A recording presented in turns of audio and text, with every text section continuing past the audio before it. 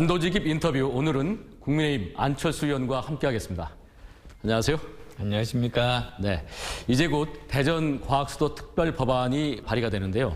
안철수 의원께서는 대선 후보 시절에 과학수도론을 들고 나왔는데 그런 인연을 생각하신다면 이 법안 통과에 적극적인 역할을 하실 생각이 있으신지요? 제가 지난 대선 때 우리 대전을 과학기술 특별시로 만들어야 한다. 그게 우리나라의 미래다라고 말씀드렸습니다. 만약에 그런 것에 대해서 반대를 하고 또 다른 지역에 그런 것들이 있어야 되지 않느냐고 하면 제가 직접 가서 설득할 생각입니다. 이런 것에 대해서는 저만큼 잘 파악하고 있는 국회의원들이 흔치 않습니다. 따라서 개개별 그 의원실에 찾아가서라도 직접 만나서 의논을 드리고 거기에서 해결책들을 그런 타협안들을 끌어낼 생각입니다.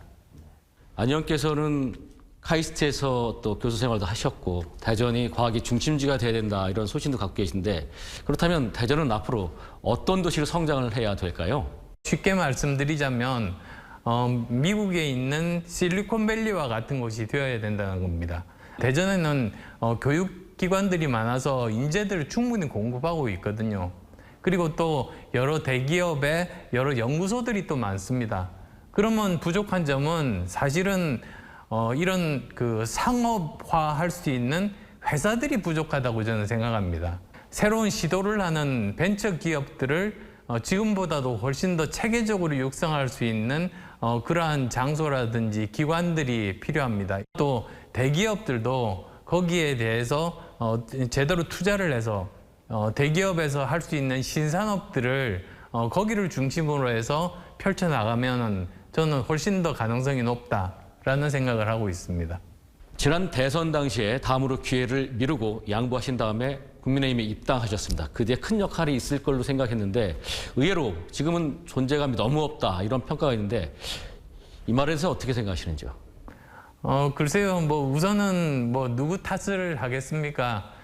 일단은 공동정부를 하고자 했지만 사실은 지금 현재 대통령께서 의지를 가지고 권한을 가지고 그 결과에 대해서 책임을 지겠다고 결심을 한 이상 저는 그것을 존중할 수밖에 없는 그런 입장이죠. 지금 당장 당에서 중요한 것은 내년 총선입니다.